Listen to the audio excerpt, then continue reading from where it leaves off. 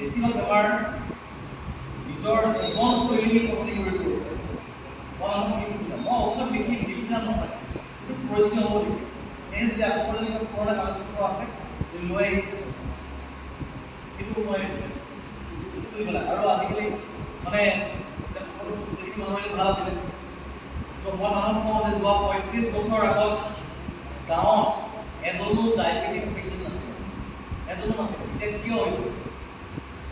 এই কাৰণখিনি ঘূৰাই দিলে আজি কোনো এটা মানুহ আহিব নহ'লে কাৰোবাৰ যদি ডায়েবেটিছ কাৰোবাৰ যদি হাই ব্লাড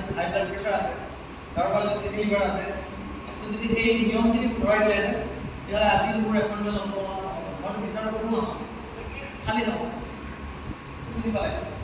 তো সেইকাৰণে মই মানুহক জীৱনশৈলীহে শিকাওঁ মই ডক্টৰ যদি সোধে আপুনি কিহৰ ডক্টৰ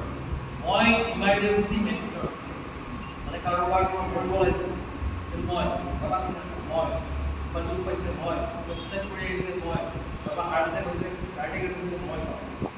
মানুহ হঠাৎ বিপদত পৰিছে মই চাওঁ